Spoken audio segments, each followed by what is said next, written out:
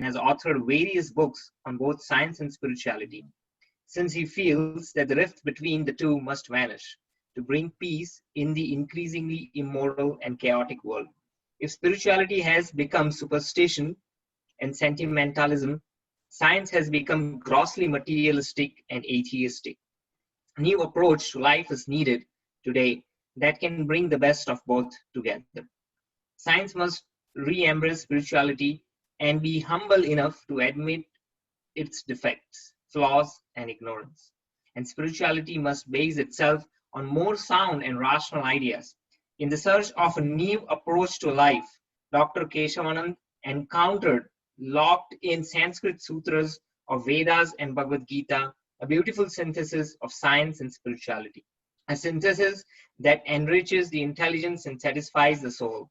For decoding the Sanskrit sutras of the Vedas and Bhagavad Gita, Dr. Keshavanand learned Sanskrit and read Western and Indian philosophy. Besides Sanskrit, he also learned Bengali, Gujarati, Marathi, Kannada to enrich his knowledge about the diverse spiritual traditions of India that are rooted in the Vedic wisdom. His persistent endeavor in the field of science and spirituality for the last 20 years has enabled him to come up with seminars on diverse topics like science and Vedas, mind and machines, science fails to explain life, consciousness and beyond, etc.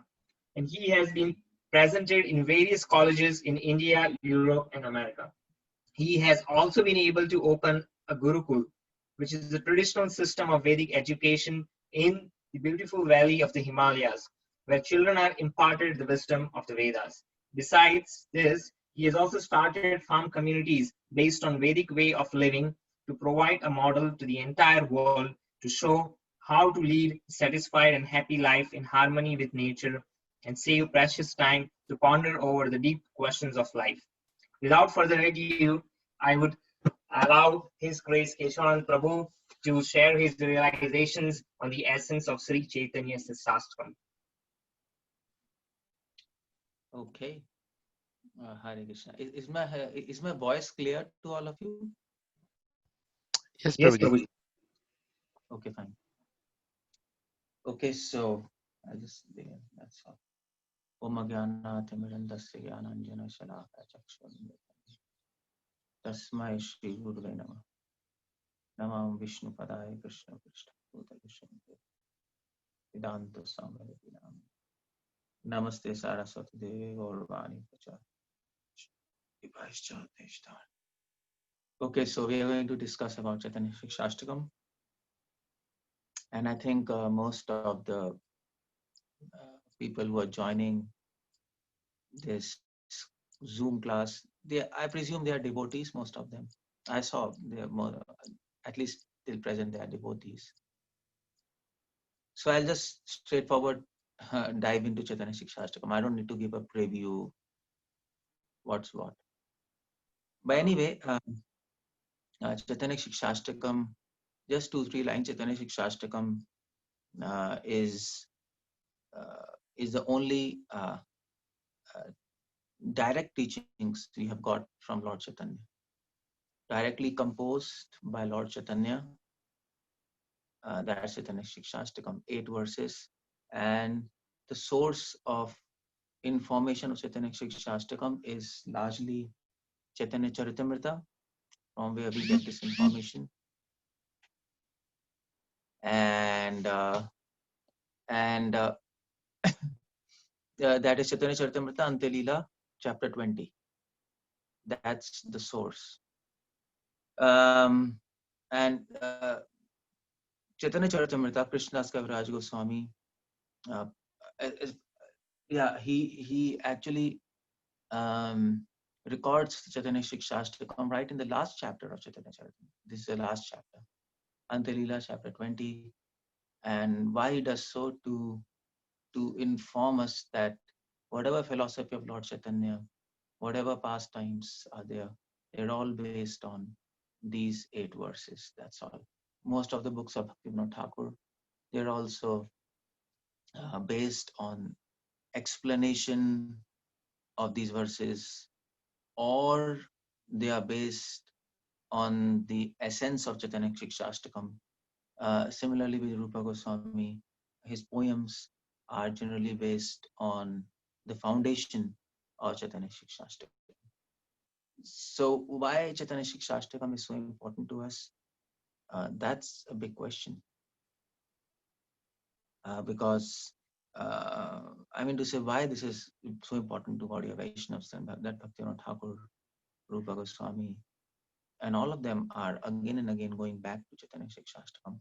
One reason is because it's spoken by Lord Chaitanya, and for us, Lord Chaitanya is the incarnation of Sri Krishna and Radha together, and directly coming from him.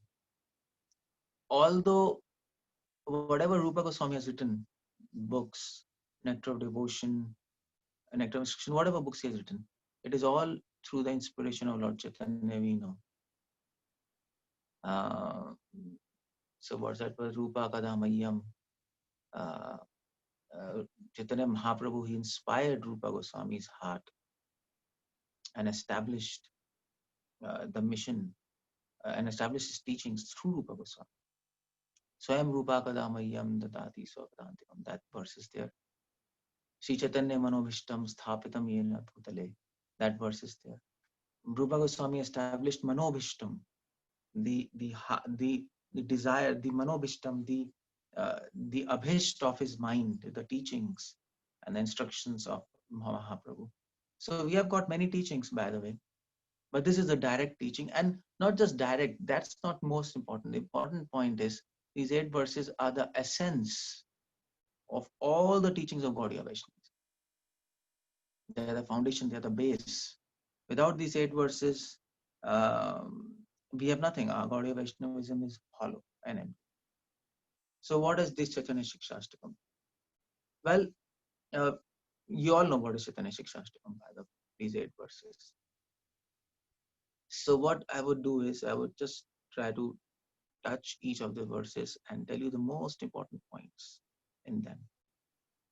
Now, well, these 8 verses, what are these 8 verses? What's the aim of these 8 verses? Basically, aim of these 8 verses is to help us understand how to chant the holy names.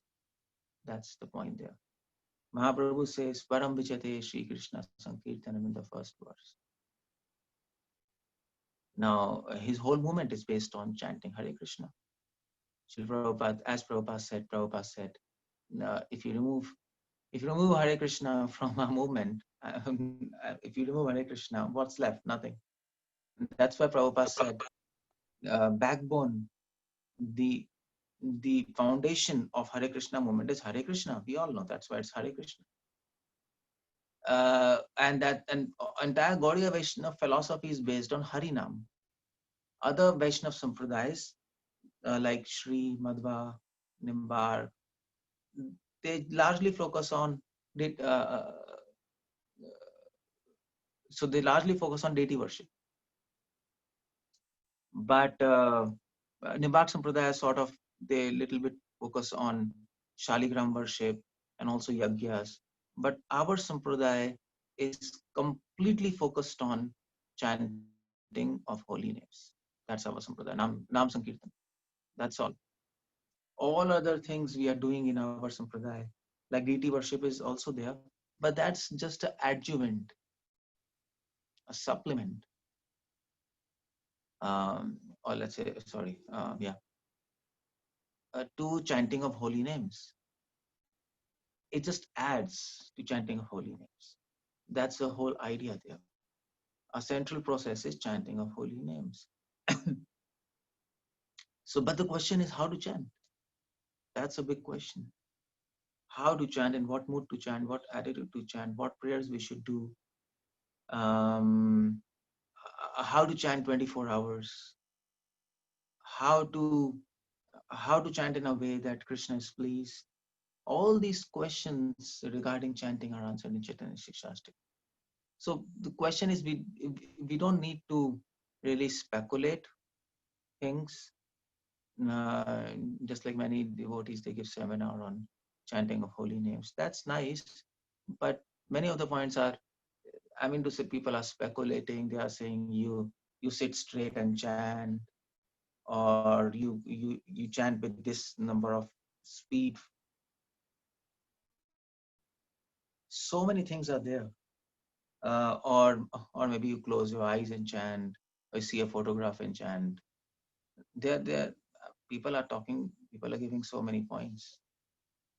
But but but what Mahaprabhu is saying, let's talk about that. So Chaitanya Shikshashtakam, the first verse, Chetodarpana Marjanam, the second and the third, actually the first and the second verse, they are setting the scene for chanting of holy names. Mahaprabhu is glorifying the holy names.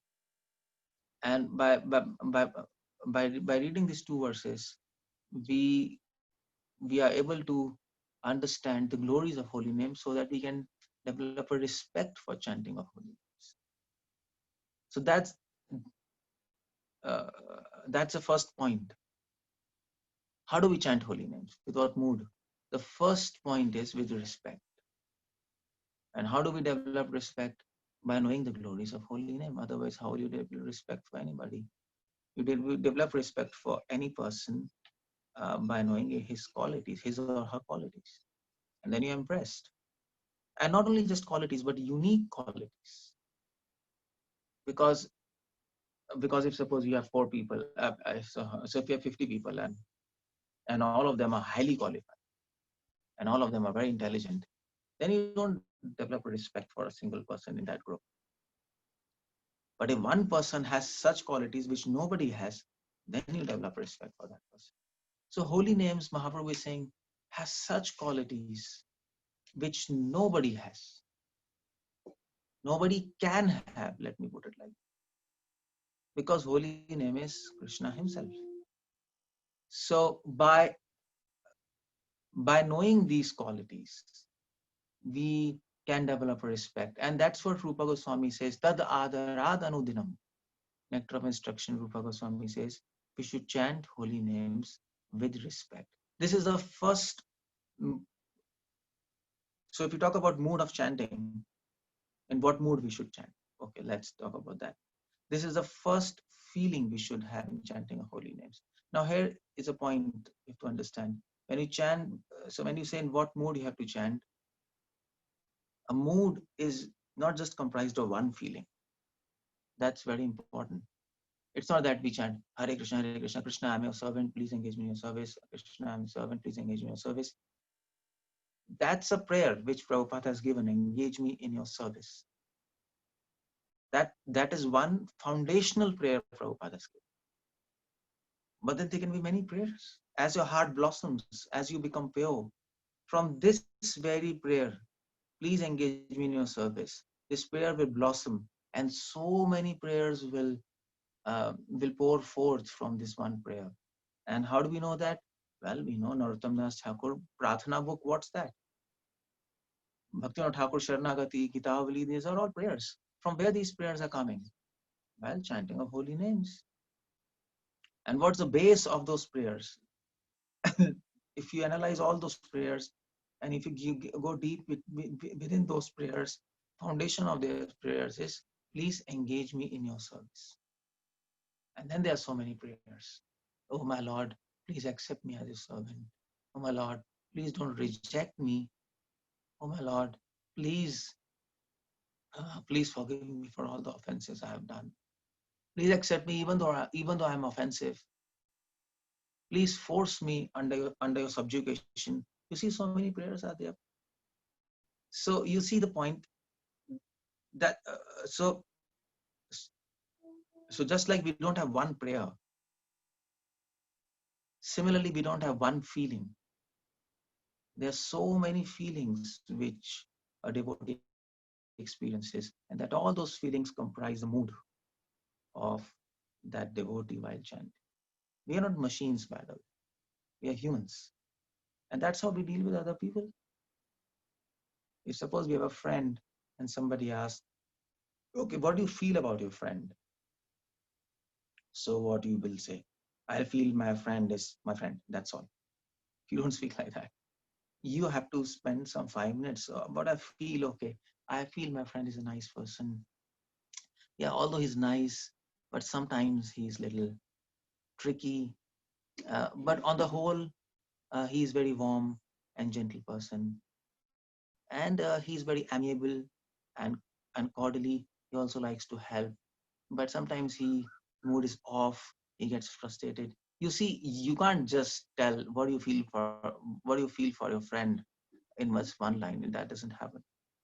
If you do like that, then you are more of a scientist than a human.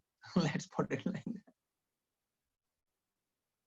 So yeah, it's a science of devotion, but it's a very different kind of science. It's not a science in a technical term of science, because we're not here to put things in compartment. That's not the whole point. Human is a complex organism. So just like there's so many prayers, but the foundational prayer is please engage me in your service. Similarly, the mood while chanting, it has so many feelings. And as we talk about Chaitanya Shikshashtakam, it'll come gradually. What kind of feelings we should have while chanting. But the foundational feeling is respect. That's the whole point. Now, what I'm doing this seminar is I'm trying to look at Chaitanya Shikshashtakam from the perspective of chanting of holy names. That's what I'm doing. Let it be clear now. You can explain Chaitanya Shikshashtakam from various angles, from various perspectives, but I'm interpreting Chaitanya Shikshashtakam from the perspective of chanting of holy names. And that's what is a primary intention of Lord Chaitanya, to teach us through Chaitanya Shikshashtakam. And there can be other teachings as well, but we are just holding on to this. And that's why I'm linking Chaitanya Shikshashtakam and holy name, because that's the primary aim of this whole Shikshashtakam. Okay, so that's the mood. Respect. That's what Mahaprabhu is teaching by the first verse. Try to respect holy names. Param Vijayate. All glories to the congregational chanting of the holy names. Says Prabhupada. It's all glories, all glories. What's that? This is respect. Prabhupada says in one of his lectures, I was hearing uh, his lecture, and Srila Prabhupada says that you should not take Krishna cheaply. You should be very cautious when you're dealing with Krishna. So we have to be very cautious when we are chanting holy names. We should not take it cheaply. And how to do that? Well, you have to develop respect, utter respect for holy name, just like for Krishna. Now that's one thing. Now here,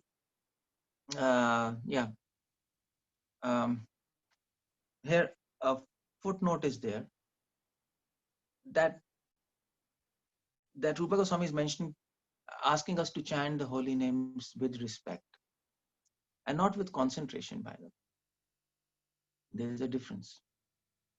You don't just don't concentrate on holy names as if it's an object of concentration, as if people concentrate on fire or a point. Isn't it that whole thing is a tratak?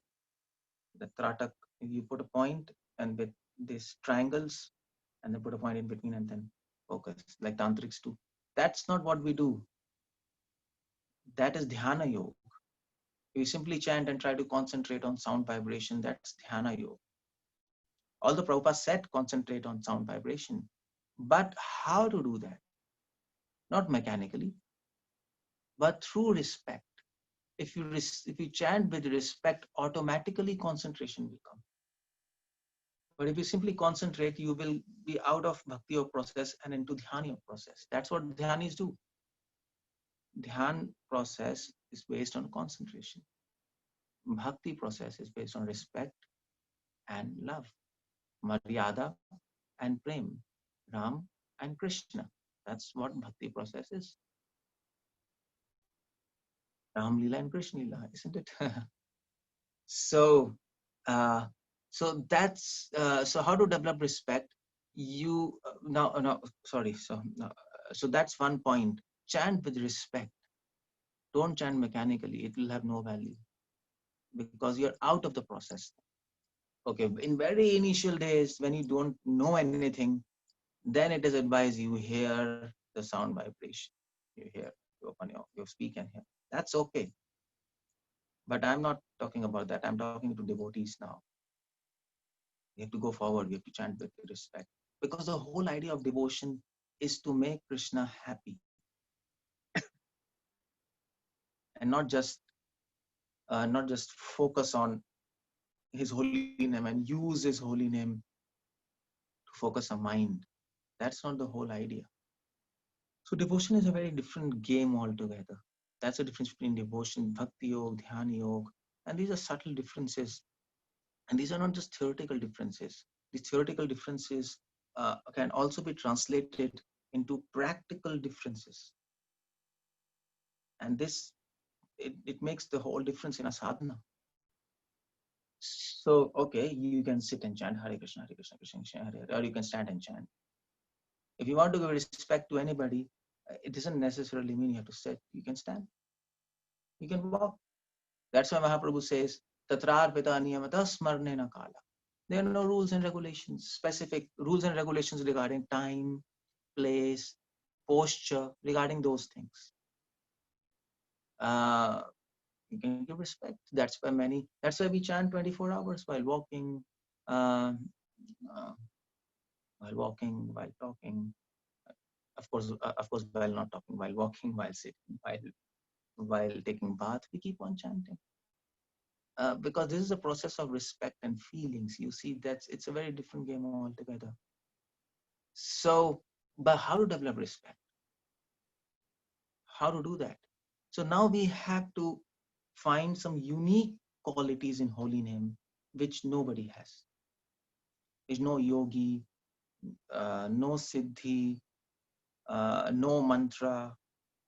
They have only holy name has these qualities, and then we can develop our respect for it.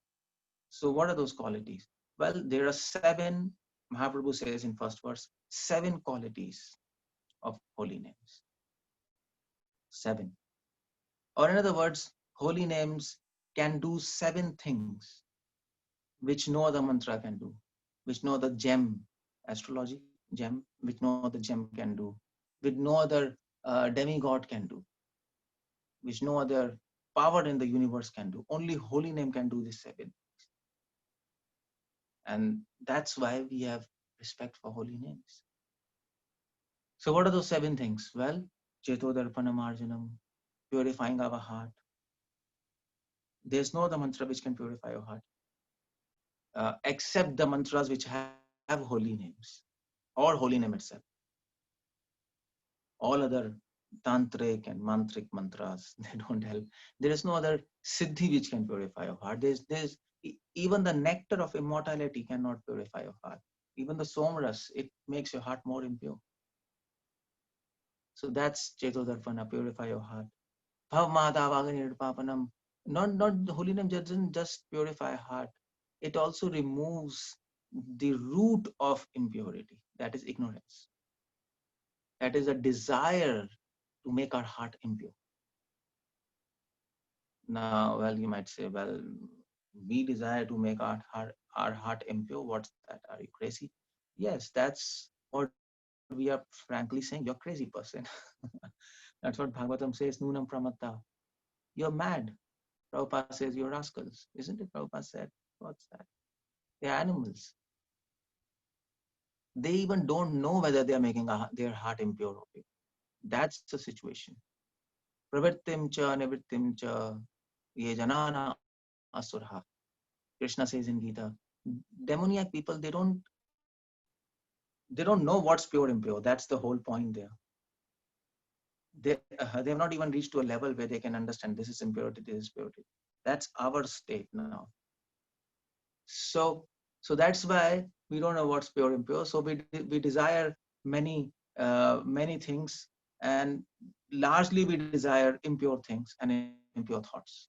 That's our general flow of our mind. Our heart flows like that, in that direction. Our natural spontaneous attraction is for this material world. So we are not in Raganuga Bhakti, we are in Raganuga Bhog. Let's put it like that. Yeah, that's our state. We are in a Raganuga Bhog, but we are in Vaidhi Bhakti. That's how it goes. That's what we are. spontaneously attracted towards shit, towards dirt of this material world. That's all we are. So, but holy name will do their job. Holy name will remove all those desires. Desire to harm yourself. That's Bhavmahata Bhavani Nirvapana. We have a desire to harm ourselves. We are like sadists who actually sadists are so it's like a sexual perversion. They harm themselves and then they feel sexual pleasure. We are almost like that, sadist. And what's that called? Narcissist, always thinking about ourselves. And we get great pleasure in harming ourselves. That is, there are people who are sadist, but we are, I think we all are sadists, that's all. We all are sadists, one way or the other. Those people, they have become, they have been labeled as sadist, and we are labeled as normal. But actually, we are all sadists in Krishna's eyes. We all are harming ourselves. So that desire to harm ourselves, that holy name will erase. Bhamada Bhavani Nirvapana. Desire to enjoy. That desire to enjoy material world is desire to harm ourselves. And then that nobody else can do. That desire that cannot be, other processes can to certain extent remove, purify your heart. Yamadi yoga pataya kama lobha hatmuhu. Mukunda sevaya advat tathatma dhana shamyati. Bhagavatam says, Yamadi yoga pataya. Yoga process can to certain extent remove kama lobha, impurities in heart. Tatatma, but tathatma adhana shamyati. But mukunda sevaya dadvat. But until unless you don't serve Krishna by chanting holy names, tatatma adhana shamyati. Shamyati means peace. Your desire for lust will never be erased. Lust can be erased to a certain extent, anger, greed, but desire cannot be erased. That can be done by holy names only. Um, and also the other processes can not even purify your heart completely. What to say of desire? That also will be very superficial thing. Okay, that's a big thing holy name is doing. Shreya Kairava Chandrika Vitaranam. So Kairava means a white lotus flower. Chandrika means moon. And when the moonlight falls on white lotus flower, Shreya means the flower blossoms. So what this example is given, holy name is compared to the moon, Chandrikaha, which gives us cool moonlight, and heart is compared to white lotus flower. Why white lotus flower? Why not red? Why not blue? Because when your heart becomes pure and the desire to enjoy, desire to get impurity, that's also over. Your heart doesn't again become impure because the desire is erased. So your heart becomes white. White is a symbol of purity. And like a lotus is a symbol of good qualities. So you start getting pure good qualities if you keep on chanting holy names. By the mercy of holy names, you start getting pure good qualities. By pure good qualities, I mean Daivi gun. So there are good qualities even in ordinary people, but those good qualities are shadow of good qualities. Those good qualities are impure good qualities. Why impure good qualities? Because at the base of those good qualities is selfishness. That's why they are impure. But holy name will give you pure good qualities, or good qualities which is devoid of selfishness. In this material world, people try to become good, but for their own benefit, right? But a devotee has good qualities. They will try to become good for the benefit of others. So that is why pure good qualities, white lotus and Shreya, and then this will blossom. You will develop so many Daivi gun by the chanting of holy names. This nobody can give. Only holy name can embody. Daivi gun. Holy names can do pushti of Daivi gun. It can nourish your divine qualities. That's why it is divine Daivi gun. It is not Prakrit gun. divine qualities. Divine qualities and ordinary qualities difference. Divine qualities, you have tendency to help others, not for selfishness. Ordinary good qualities, that's for selfishness. So that's the whole idea there. And then the fourth benefit which holy names can give, Shekariva Chandrika Vedarna Vidya Vadu Jivanam. Vidya means knowledge, Vadu means bride, Bride, bride. So Vidya Vadu Jivanam, by the chanting of holy names, Vidya, you will get Vidya, you will get knowledge. Knowledge of what? Knowledge that I am servant of Krishna. That knowledge which will destroy avidya, which will destroy ignorance. I am the master. So that vidya you will get. Vidya that I am servant of Krishna. Now that I am servant of Krishna, I am spirit, soul, and servant of Lord. That vidya, here by vidya, so we don't mean knowledge, just knowledge, just information. Yeah, by vidya I don't mean information. So any new devotee who comes to temple, and we can tell them you're a servant of Krishna.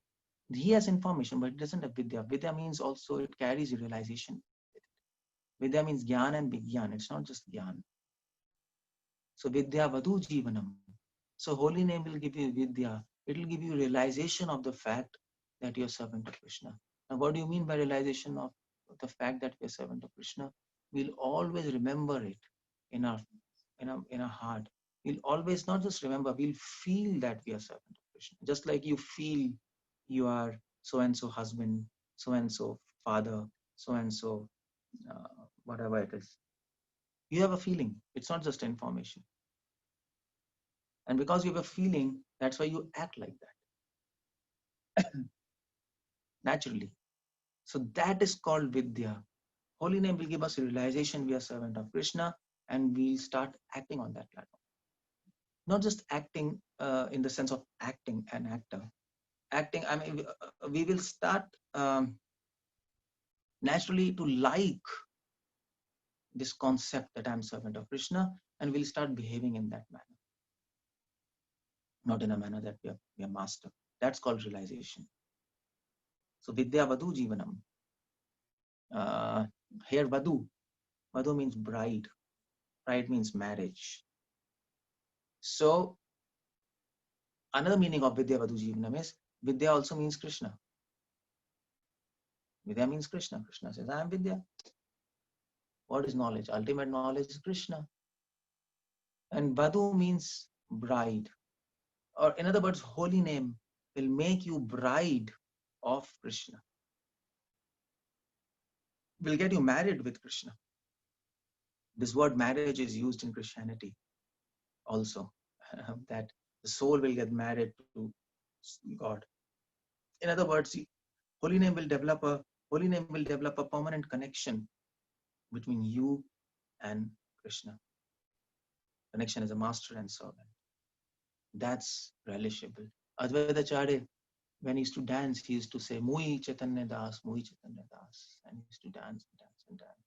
He used to relish that concept, I am servant of Krishna. It's not just a theoretical concept, he used to relish it. And he used to go in ecstasy. Or do Nityananda Prabhu, what's that? Bhaja Karanga, Laha Karanga, Kaho Karanga. So beautiful. He used to relish. So relish, just as we relish this concept that I am the master, everything is for me. It's not just information. We like to think like that. Similarly, we'll relish the concept we are servant of Krishna. And there's a difference between information and relishment. So that is called realization. That is Vidya Vadu Jivanam. That holy names will do. Beautiful, isn't it? Who will not develop respect for holy names? Who will not chant holy names with attention and respect? Such power holy names have. Without Anandam Buddhi Vardhanam. Anandam Buddhi, Ambudhi means ocean, Ananda means nectar. Vardhanam means increase. As you chant, keep on chanting holy names. it will increase the ocean of bliss in your heart. Ocean of bliss. Anandam Buddhivardhanam. The ocean of devotion, the nectar of ocean, isn't the ocean of nectar of devotion, Prabhupada says. It'll keep on increasing. In other words, holy names will elevate you to the platform of bhava.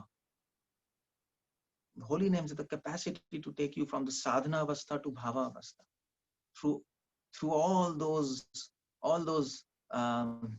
confusions and doubts and enviousness and anarthas, holy name will carry you just like a father carries a child with a hand, and it will pull you up right from that degraded position where we even do not know what is impurity, and take you to the level of bhava, where even Brahma and Shiva wishes to attain that platform.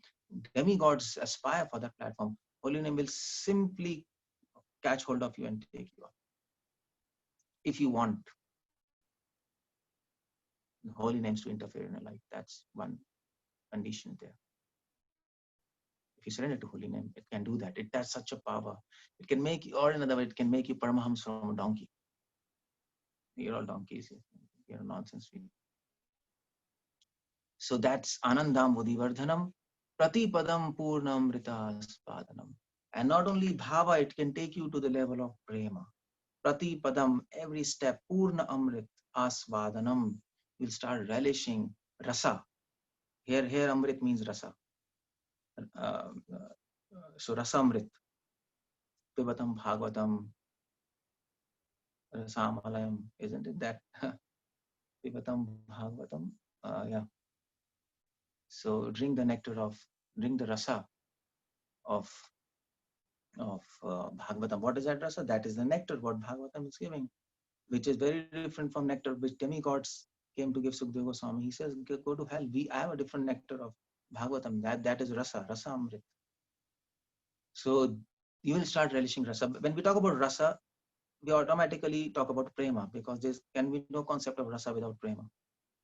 So holy name can take you to the level of prema, which is not given to to anybody in this material world. Even koti to koti janma sukruti rapina labhyate. Even after many births of pious activities of following dharma, prema is not given. It is very confidential, but holy names will give you just like that. Even if you're not qualified, holy name will make you qualified and give you forcefully this way. That is the power of holy name. Who will not respect such holy names? And then Sarvatmana Snapana. Holy name will drown you. Sarvatmana, Sarvatma. All the senses, mind, intelligence, body, your whole life. Sarvatma also contains your whole life, your circumstances. Adhishthanam tatha karta karanam cha pratikvidham. All those things, adhishthan, karta, karan. All those situations and instrumental things in your life. Yeah, this is Anigamakalpa Charurpalam Shukampad. Amritadrava Sayutam. Yeah, just forgetting. Amritadrava Sayutam. So all those, every aspect of your life, Sarvatmana Snapanam Ved. Holy name will make sure that every aspect of your life is full of intimate relationship with Krishna, is full of not just one rasa, but many rasas. You see, so in the sixth effect, Pratipadam Purnamrita Swadanam, holy name will develop a permanent rasa with Krishna, like Madhurya Ras, Vatsalya Ras, Sakhe, one sthai bhav, one relationship with God. But Sarvatmana Snapanam means then you, at this stage, you will start experiencing many rasas, primary rasas, secondary rasas, vibhast, hase, veer ras. So just like Bhishma, when he was fighting with Krishna on the battlefield, Krishna was there and he took the chariot wheel, he was running. Bhishma, although he was in Dasya Ras, he started experiencing Madhurya Ras. And also he started experiencing Veer Ras because he was fighting. He also started experiencing Bhai Ras.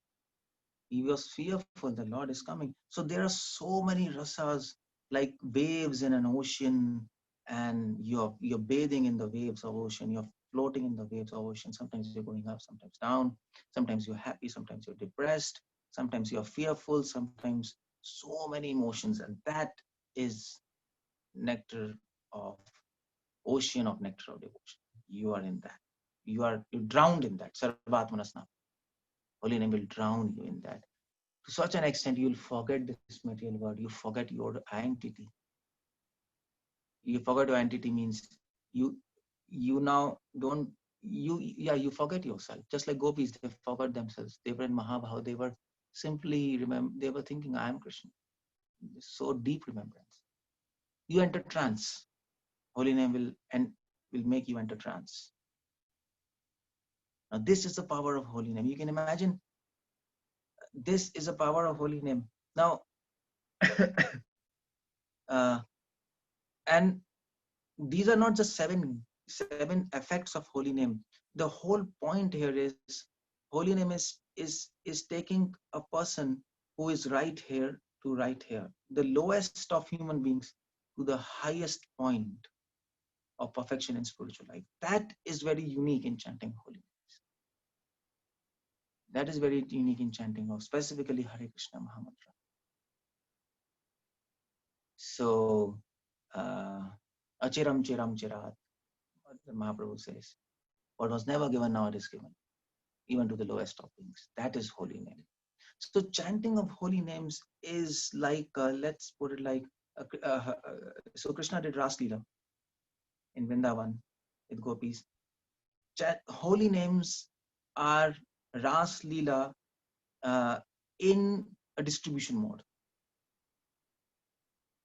Same sentiments of Ras Leela or Vraj Leela in a distribution mode. Same Vraj Leela in the form of words. That's holy names. If somehow by magic, by virtual reality, whatever, you convert Vraj Leela into words, that is Hare Krishna, Krishna Krishna, Hare Hare, Hare Ram, Ram Ram. That is the whole point there. And then Mahaprabhu says, Param Vijayate Shri Krishna Sankirtana. Param Vijayate Shri Krishna Sankirtana. He says, Param, all glories, all glories. Param is highest. This chanting of holy names is the highest gift to humanity. Highest. Param means highest. Param means beyond modes of material nature. Also. Vijayate, and it will always be victorious. If you chant holy names, you'll always be victorious over birth and death and disease and old age, over all the negative powers in this material world. Nothing will be able to stop you. If simply you take shelter of holy names, but with proper technique. And that proper technique, Chaitanya Shikshashtakam will tell you. Because anything, if you do without proper technique, then it fails. That's why I said art of chanting. You should learn art of chanting. But this art of chanting is not just an academic learning. Mahaprabhu is giving hints, and then we have to practice in life and gradually develop, just like any skill. You can't learn any musical instrument in one day. Or just like they publish books, isn't it? Learn tabla in 30 days. Learn sitar in 40 days. It can't happen. They're the fooling. It's nonsense. You can't do that. So, Param Vijayate, Shri Krishna Sankirtanam. By Shri here it means, or Radharani, you can say. Or you can say, by Shri Radha means service attitude. Shri Krishna Sankirtanam. So, not just Sankirtan. Mahaprabhu is not just praising Sankirtan, he's praising Shri Krishna Sankirtanam. Sankirtanam which has service attitude at the base. Not sense gratificatory attitude. Those Sankirtan where there is no service attitude, like Sahajiyas, sentimental people, ordinary people do, it's useless. That is not Param Vijayate. That is so that is Param Lusyate. Lusyate, this word, I don't know. Like Param Haryate. You just lose everything. That's not the whole idea. Shri Krishna Sankirtanam. Sankirtanam with a service attitude, and service attitude begins with respect. And to develop respect, Mahaprabhu is saying this is the first step. Try to understand the glories of holy name, the unique glories. Shri Krishna Sankirtanam, Krishna Kirtanam, Krishna Sankirtanam, not just chanting of holy names.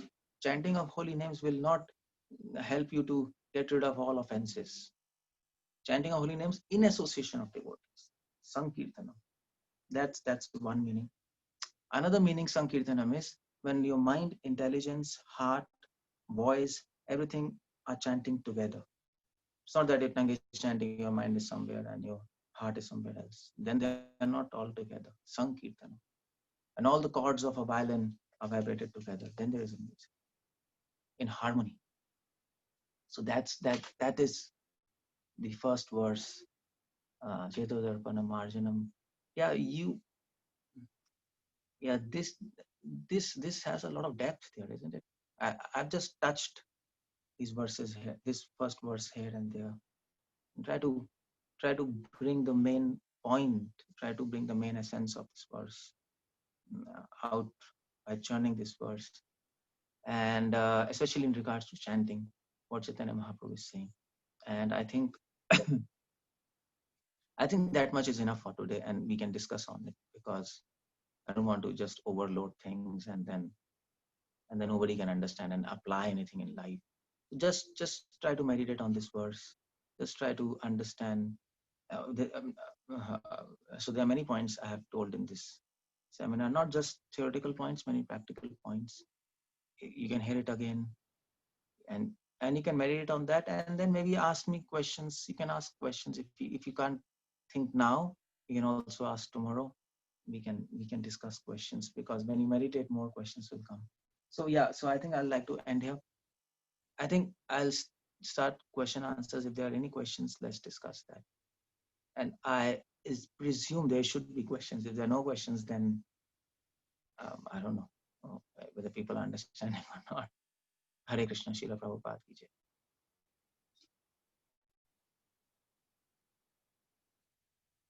Yeah, Hare Krishna.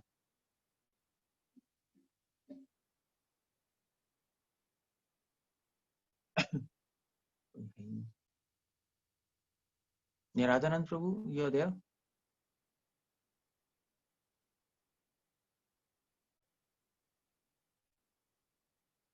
Hmm? Hare Krishna, Hare Krishna. Yes, so where's Prabhu. the Sorry, I was in mute. Yes, Prabhu. Oh yeah, what's happening? Yeah, so I think you can initiate question answers. Somebody wants to ask anything, you can do that. Yeah. Anybody has any questions? Any comments? Or if you have something, I don't know. Hare Krishna Prabhu, Dandavat Pranams. Hare Krishna, who is it? Hare Krishna Prabhu, this is Radhika from California Prabhu. Oh, okay. So wanted to ask you this question Prabhu. So with regards to chanting and the service, because you always said that Prabhupada wants us to get into preaching, get us into preaching, because that is the need of the hour, versus the chanting that you've talked about. I mean, obviously chanting, when we do it, is glory of the Lord. At the same time, we are wishing well for others through the chanting process, because Prabhupada also says it's the cure of all disease. So in that sense, how do we actually balance both, in the sense, I mean, if I'm not given much service opportunities, am I supposed to feel for that or look for? I mean, I'm seriously looking out for opportunities, but if I don't have that, is chanting a better way to? Okay, Mm-hmm. I got your point. Mm-hmm. You see the point. You see the whole point. I think your question has two questions. Now, one is preaching and chanting. Now we are trying to distinguish between preaching and chanting. But you see, nobody can preach if he doesn't have sufficient power, and that and that power is given by chanting. Chanting is like a generator. I'm hearing this. So chanting is like a generator, so that chanting you will get power to preach. That's one thing. So they are both linked. So all the preachers who don't chant, um, uh, okay, fine. So all the preachers who don't chant properly, they ultimately fall down when they are preaching. So they are both linked. Now your next question is, if I don't get preaching opportunities or preaching service, is chanting sufficient? Well, chanting is the base. If you don't get service, if you don't get preaching opportunities, it's all plan of Krishna. We are not here to, okay, fine. So you can feel for that. Of course, we all feel that we don't get service and preaching opportunity. All of us. So not just you who are in the home, who are like a female staying in home. So as a male or as a preacher, for me, for example, I'm getting so much preaching opportunities and service, but I also feel because Krishna is unlimited, service is unlimited. There can be never a point where we will be satisfied by doing services and by preaching enough. If you are getting satisfied by doing services and by preaching enough, then we are in illusion. Because the expectations of Krishna and demands of Krishna, they are unlimited. He's infinite. So so so we can never fulfill his demands. We can never completely serve him. That's why devotees always feel morose in their heart. It's not just at your level, it's at the level of sannyasis, at the level of our level, all of us, because that's the nature of devotion. That's the nature of service. The more you serve, the more you become indebted to Krishna. So, so if you have understood this scenario, then we are also dissatisfied as you are. But then the whole point is, but the whole point here is, we then simply chant and do whatever Krishna wants us to do. With the dissatisfaction and the hope that Krishna will engage us more in service. So if you're not getting much opportunity to preach or do service, consider it as a plan of Krishna. It's a plan of Krishna. He doesn't want you to be engaged in more service now. He understands why.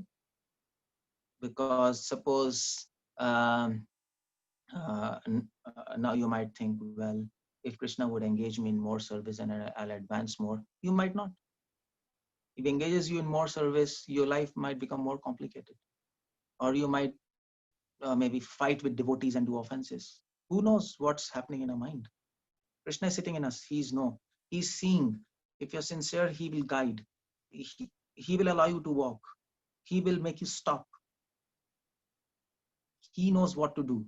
So just surrender to him. Whatever service is coming to you on your way, do that nicely, with full confidence, with full mind, with full heart, and rest of the time chant and pray to Krishna. Krishna, please engage me in your service. That's what Prabhupada says, isn't it? Please engage me. Even Prabhupada is praying, please engage me in service. Why? He's like 25 hours busy. Because he's also not satisfied. But at the same time, he knows whatever he's getting, that he'll do the best, and he'll keep on chanting the holy names. Because chanting is also the best service to Krishna. If preaching is a service, chanting is also service. At a higher level, everything is service, isn't it? Because ultimately, what's the aim of service? The aim of preaching, okay, what's the aim of preaching? Is to please Krishna, to make him happy. Aim of chanting is also to make him happy.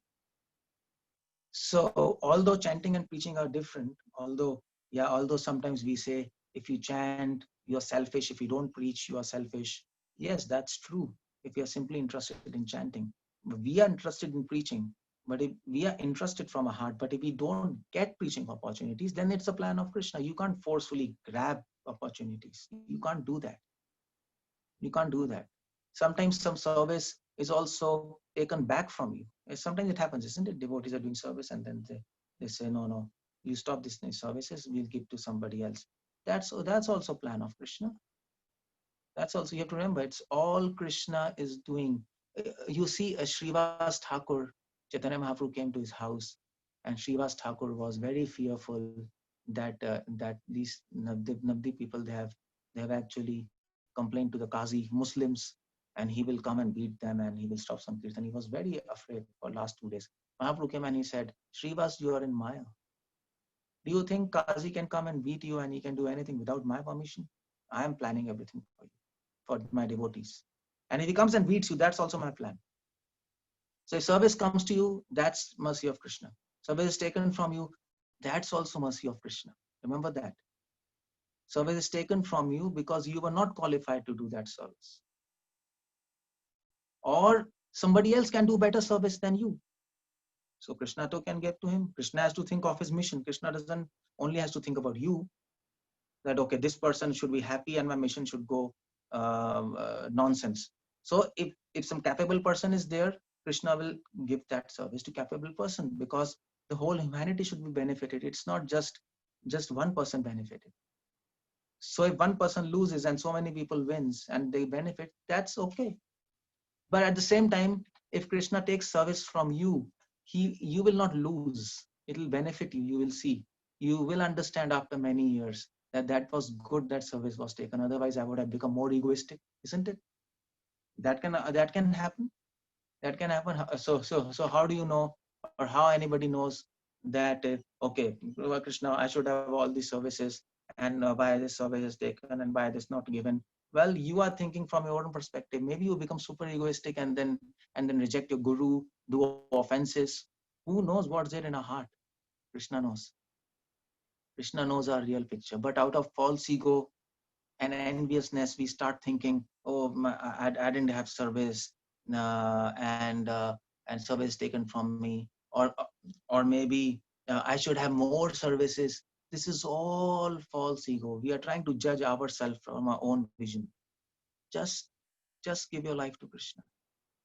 Although you're right, we feel sorrow that we are not able to serve Krishna, but that sorrow will always be there. That's my point. Even you become Paramahamsa, that sorrow will be there. You'll not be able to overcome it. So you can't think, okay, when I'll advance, then this sorrow will be over because I'll have so many services. That will never happen. Because even Prabhupada is, because you are serving infinite. You're serving infinite. In front of infinite, you will always be sorrowful because you'll never be able to serve him properly, completely. So you see the point there? In whatever situation you are, sthane sita shruti-gatam tanuvang manovir, Brahmaji says, whatever situation you are, chant the holy names, serve Krishna by chanting holy names. That's also very important service, but with a desire to preach and spread the holy names. The desire should be there. Then it's not a selfish chanting. Although your desire might not be fulfilled now, it might take some time. Like Prabhupada, it took 30 years for Prabhupada before he went to America. He had a desire, and he was trying small things in Jhansi or here and there. But he had a desire. Krishna sees a desire. Then it's not selfish. But if somebody is chanting and he doesn't have a desire to preach, okay, I don't want to do anything. Then it's selfish. If you keep a desire, and when you will deserve, Krishna will engage you. So what do? Prepare yourself for preaching. Prepare, chant, read books, understand things. And when you're prepared, Krishna will see. Krishna is seeing you. As soon as you'll become prepared, he will engage you in a lot of service. He will do some circumstances and he will engage you. As soon as you become pure, he will do that. Because if in this situation, Krishna engages you in a lot of preaching and services, then you are impure and you will spread your impurity to others. Am I right? Not you, I mean to say myself. Okay, let's talk about myself. I don't want to speak about you. It's not a personal thing. Yeah, myself. If suppose Krishna decides that okay, Keshavanand should become an acharya of the whole world, and I become acharya, then I will spread my impurities to others. What about that? People get harmed. So it's better I'm preaching to some people, into Zoom class to 10 people. It's good. Krishna plans like that. Okay. Preach and make yourself. When you are ready, I'll do things. Don't worry. So there is a sorrow we can't preach. At the same time, there is also satisfaction that Krishna is guiding me. Krishna is taking me along. He's making me walk. He's making me stop.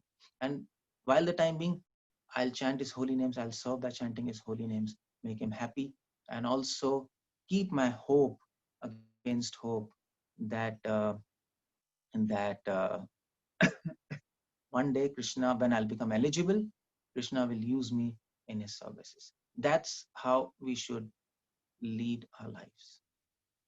Is it okay? I don't know. It's a big answer, but Yes, Prabhu, absolutely. It's Yeah. perfectly fine. Yep. And Okay. I had one follow-up question, Prabhu, on that.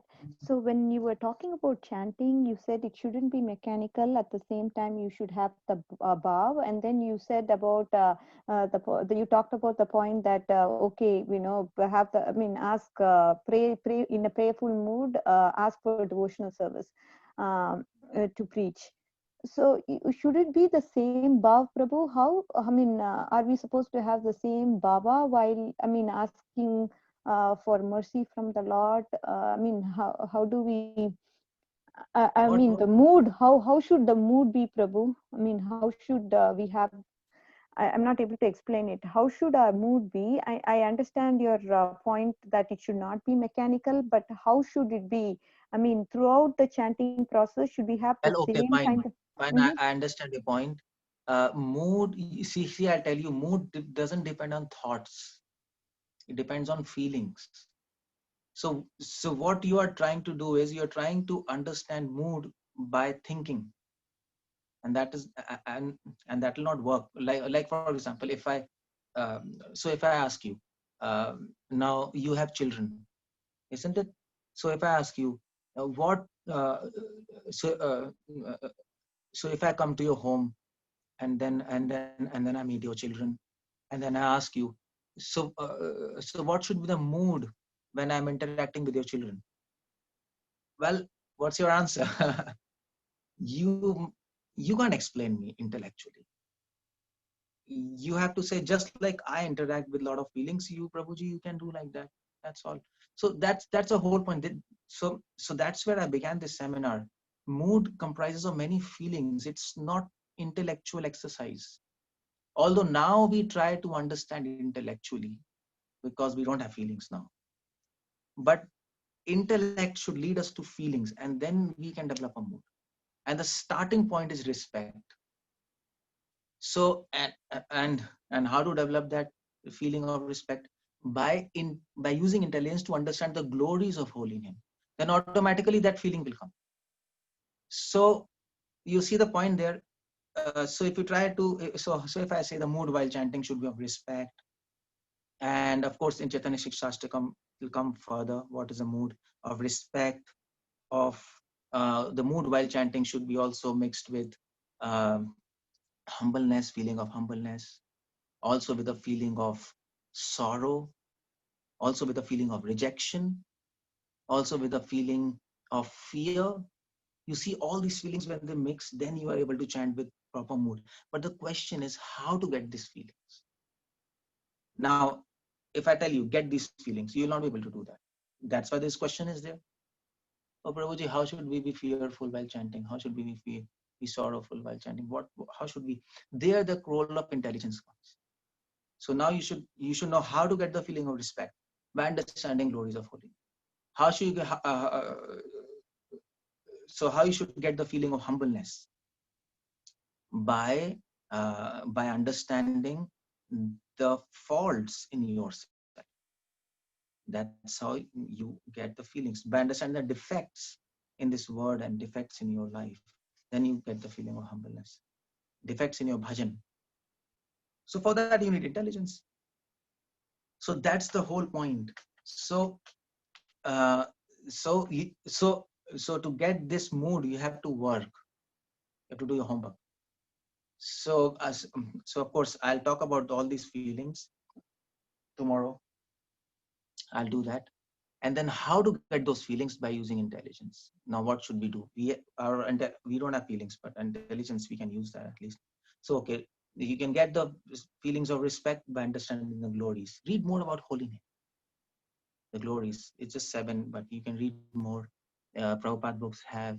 There's a Prabhupada book, the Nectar of Holy Name, with many verses. Bhaktivinoda Thakur's book, Harinam Chintamani, Bhajan Rahasya. Read those books. Try to understand glories. The more you understand glories, the more respect you'll get. You can't get respect by holy name just by saying, okay, now I will respect. That doesn't happen. All right. So tomorrow we'll talk about more feelings and how to get that, and then you can understand how to get them. Makes perfect sense, Prabhu. Thank you so much, Hare Krishna. Prabhuji, we have a few more questions in the chat. I can read. Yeah. You can read. What's the question? So next question is from Devi Rashmi Mataji. She wants to know. Sometimes we notice that shortcomings don't go away even after chanting for many years. So why is that? So yeah, sometimes we feel shortcomings don't go away even after chanting many years. Okay, so we feel shortcomings even after many years. Yeah, we all feel that. I mean to say, even a sannyasi also feels like that, shortcomings. The day we stop feeling shortcomings, that day will be a day of a fall down. It's good if you're feeling shortcomings. So that is one perspective. Even after chanting for many years, if you're feeling shortcomings, that's good. That's not really bad.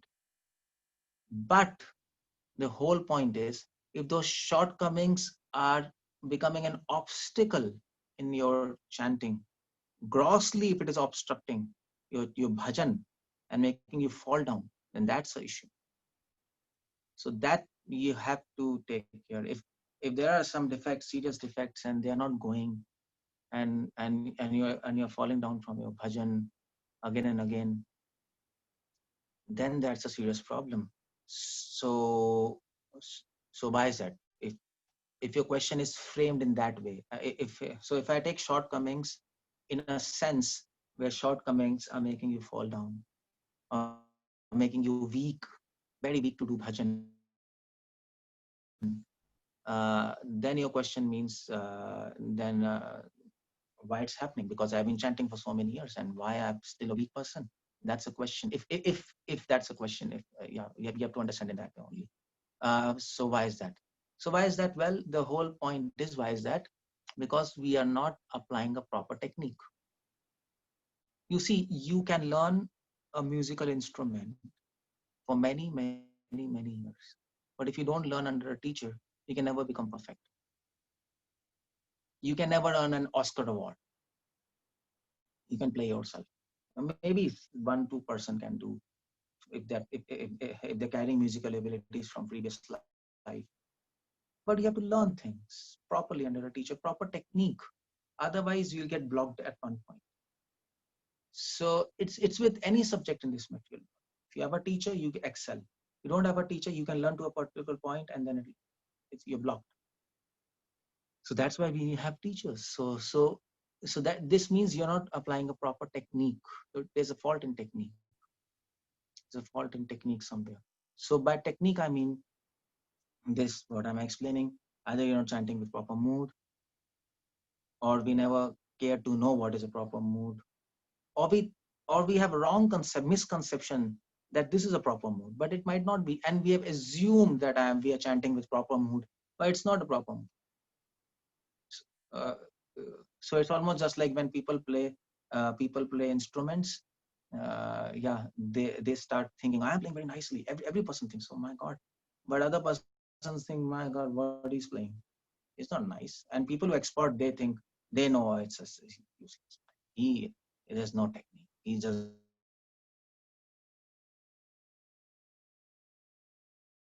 bang. He's just trying to bring quality, and that quality will come when we understand properly what I'm explaining. Feelings, how to get those feelings, what prayers I have to do, how to go to the next level of bhajan. Sometimes if we are on the same level, and if we don't go to a higher level, then also there is a problem. We go down. All these things are there. That's all. Okay, so next question is. Yeah. What's that? No, bro, I was about to read the question, but yeah. So I'm reading. we always hear about for the pleasure of Krishna. Can you please let us know how do we know what is pleasing to Krishna or not? What makes Krishna pleased or not? Yeah, yeah, for the pleasure of Krishna. Yeah, that's a main point there, for the pleasure of Krishna. So the question is, how do we know Krishna is pleased or not? Well, there are two ways. One is yasya prasadat bhagavad prasado. If guru and devotees are pleased, 100% Krishna is pleased. One way. But suppose you are lost in a forest, or you are transferred to Canada, or you are transferred to Siberia and Russia, and there are no devotees. Then how do you know Krishna is pleased?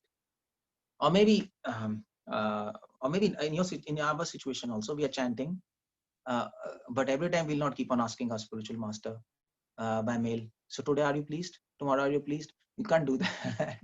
So there should be some another system to know how Krishna is pleased. That system is Tesham Satyayukta Nam Bhajtam Priti Purvakam Dadami Buddhi Yogam Tam. Krishna is pleased, he will give buddhi from your heart. He will inspire you, he will guide you from your heart. And what kind of guidance he will give? If Krishna is pleased, the first thing he will do is he will make you realize what nonsense you have in your heart. That's the first mercy he'll do. If that is happening, Aham Ajnanam Jam Tamha, he will make you realize so much darkness you have in your heart. The first thing, I will light a lamp, but first understand so much darkness you have, so that when I will light a lamp and remove this darkness, you will appreciate me. So I need you to first appreciate, not appreciate, but cognize, but feel this darkness in your heart. First do that. Because if I don't make you feel, if I don't make you know your own faults and your own deep darkness, dark evil desires in your heart, and if I simply remove that, you will never appreciate me, what I have done for you. So the first mercy is, so if Krishna is pleased, you will start understanding your own pitfalls, your own faults, you will start not just understanding, you start accepting your faults, accepting your false ego, accepting your desires. You will start doing that, and you'll be very happy that yes, I'm a nonsense person. So you'll be very happy to know that. That's if that is happening, Krishna is pleased. If you are able to recognize your own faults, Krishna is pleased. Not just recognize, but able to accept your faults. So sometimes people recognize I have this fault, but they don't accept it in their heart. And when the situation comes, again that fault arises. So accept it. So that's real mercy. First level of mercy. Krishna is pleased is going to happen first. This is happening. Krishna is pleased, definitely. And then next level. Then Krishna will give you guidance how to overcome these faults practically. Because sometimes we know this is my problem, but you can't overcome it. But Krishna will give you a small hint, do this, and your fault will just vanish. Then Krishna is giving mercy. Dadami buddhi yogam. That's the verse. If these two things are happening, Krishna is pleased. For sure. For sure. If you're getting bliss while chanting, if you're satisfied while chanting, yes, Krishna is pleased. But that might be a little dicey, because that can be also mental satisfaction. It's so nice to chant. Then other time it's not nice. So it can be a mental platform. So don't judge Krishna's pleasure by this symptom. Judge by these two symptoms, because this can only happen when Krishna is pleased. If Maya is pleased, she will never let you know your faults. And she will never give you ability to conquer your faults. Because if she does that, you're liberated. Then you're out of clutches of Maya. Only Krishna will do that. So remember these two things. Yeah.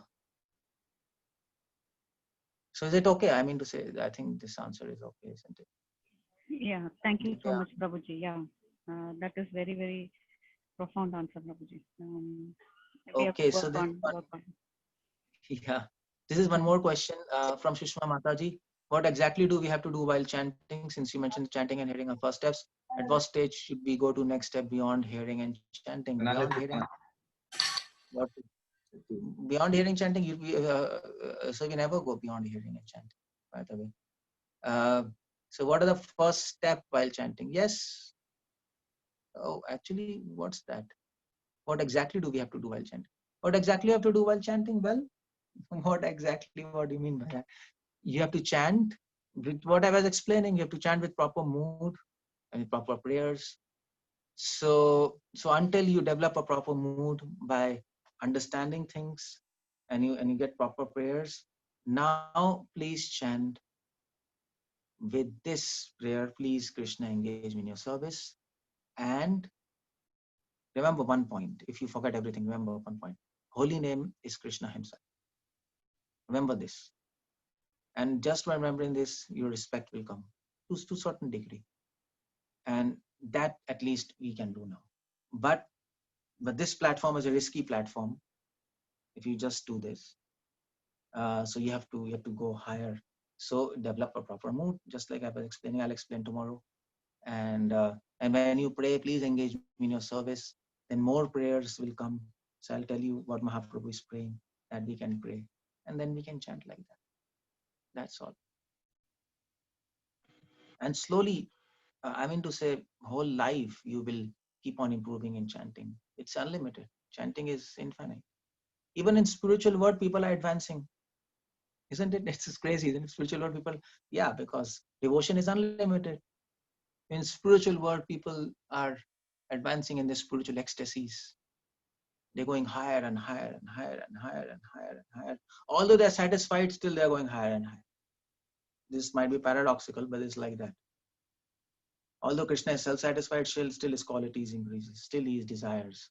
So here, keep on developing yourself like that. So like that. But if you don't know how to do things, what's a mood, what's a prayer, if you don't know, then yeah, then come to basics again. Chant with this understanding, holy name is Krishna himself. Yeah, remember this point. And chant with this, with prayers that Krishna engage in your service. This is all. And then go forward. There is a reference to Sarvasatmanam or bathing all souls, which is due to congregational chanting. But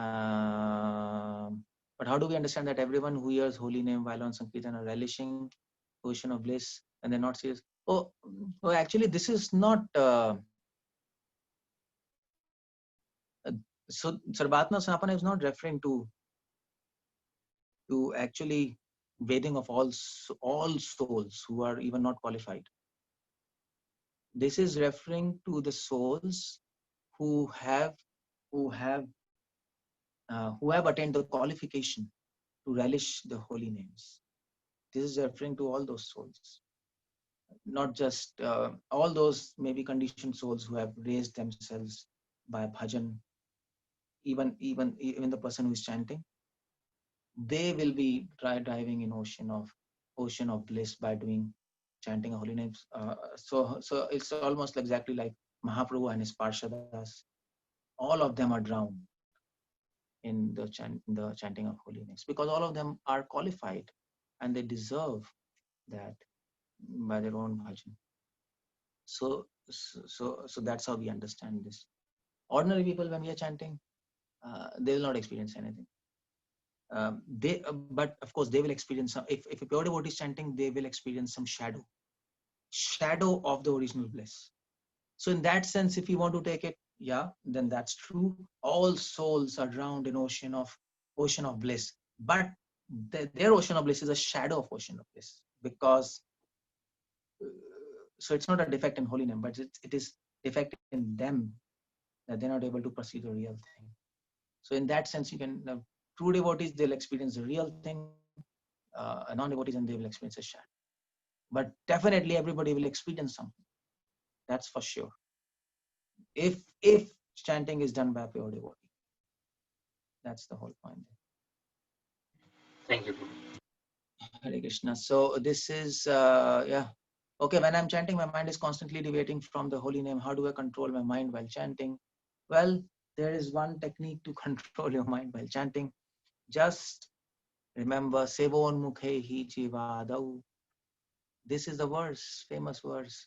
Semeva Sfuratiyada. If you chant in a service attitude, that means when you chant, you have to remember that you're chanting for Krishna and not for yourself. There's a difference. We generally chant for ourselves. I will become pure. My mind will get controlled. By chanting, I will get prema. It's just for myself, myself, myself. Don't stop doing this. Chant for Krishna. Sevon Mukhai as a service to him. So just think, my chanting is giving pleasure to Krishna. And that's enough. I don't want anything, Krishna. If you want to make me pure, that's good. If you don't want to make me pure, that's fine. If you want to give me prema, that's good. If you don't want to make me prema, that's good. If you want to control your mind, if you want to control my mind, that's good. If you don't want to control my mind, that's fine. You take charge of my life. My business as a servant is to please you. And I'm chanting, and I know that when you hear your holy names, you're hearing your holy names in my heart, and you're becoming pleased when you hear your holy names, even from an unqualified person like me. Because your holy names itself is pleasurable. So if this point is there, automatically your mind will not go here and there. Our mind goes here and there because we start thinking of ourselves, our issues. We think just of Krishna. I'm chanting for pleasure of Krishna. I'm chanting to please Krishna. He's hearing holy names. I'm chanting. Okay, that's it. And you see your mind will get stable. That's how you should do. Don't think I have to become pure. I have to get prema. I have to control my mind. Don't think I have to control my mind. Leave it. You're not mind. You're nothing. You're soul, servant of Krishna. You're chanting is giving pleasure to Krishna's ears, and that's it. Finish. Just do this, and things will fall automatically. Okay, so anybody else, or we just ending here? Prabhuji, there is one more question that just came up. How can we encourage? What's that? How can we encourage kids to chant? My son likes to do kirtan, but not chanting. No problem. If for kids means what? Below 14 years or what? 15 years, until unless they get intelligence. No problem. Let them not chant. Let them do kirtans. Prabhupada said, let them take Krishna consciousness in fun. If they're small children, 8, 9, 10, 11 years. Yeah, below 14. Okay, yeah, okay. So below 14, scripture says intelligence is not developed. They are still like a baby.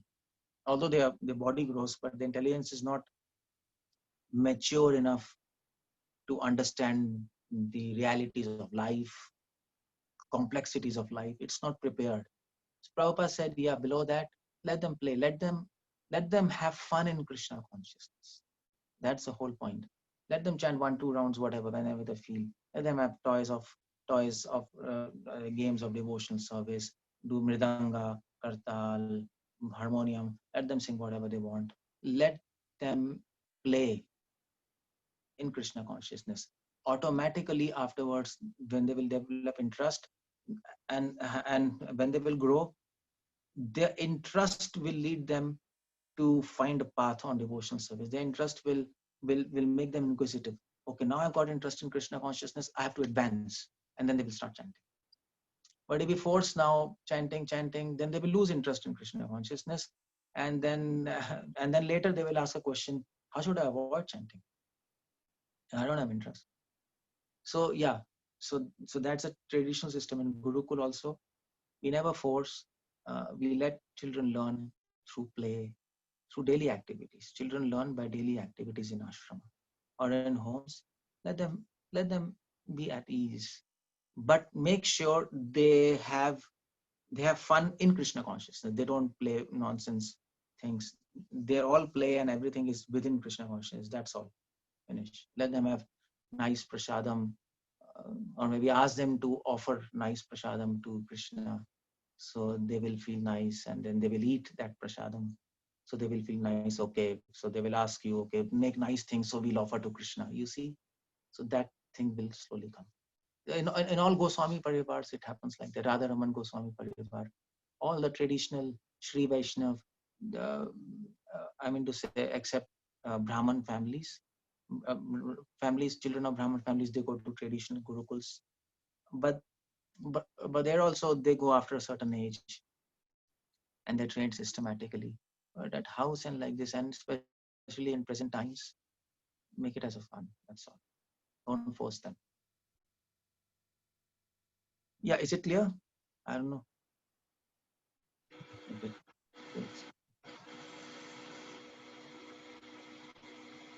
Hare Krishna. Yeah, okay, fine. Okay, so we're going to end up here? Yeah. So we are almost time. How to remember Krishna throughout the day? Keep on chanting and remember Krishna, that's all. Or maybe the best idea is remember that you're a servant of Krishna. Remember, have this feeling in your heart and remember Krishna automatically. And you will chant automatically.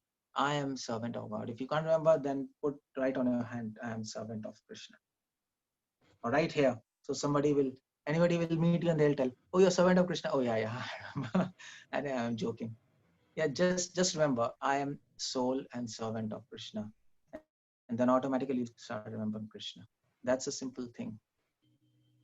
Practical thing is chant his names. Or get up in the morning. Best thing is get up in the morning early. Read something about Krishna. Chant his names. Don't just try to finish holy names and run for your office. No, get up a little early. And read something about Krishna. That's very important. Read. So that whole day you're remembering what you read. Some pastimes about Krishna. So then you can remember the whole day. That's a very practical advice. You will find it helpful. That's all. Okay, so we'll end up here. Hare Krishna. Thank you everybody for joining. We'll continue the discussion on the essence of Sri Chaitanya Siksashtakam tomorrow, as well as on Saturday, same time, 7:30 p.m. to 9 p.m. And then on Sunday, we have a different session. It's on the glories of Srimati Radharani.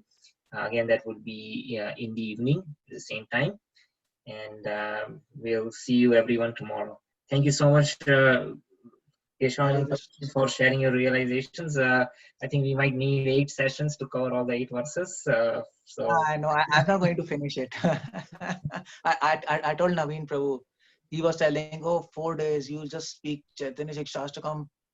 For the 3 days, 2 days, it's too much. I told, come on, even if you give me 1 month, I can't finish. It's impossible. Yeah. Okay. Thank you so much, Prabhu.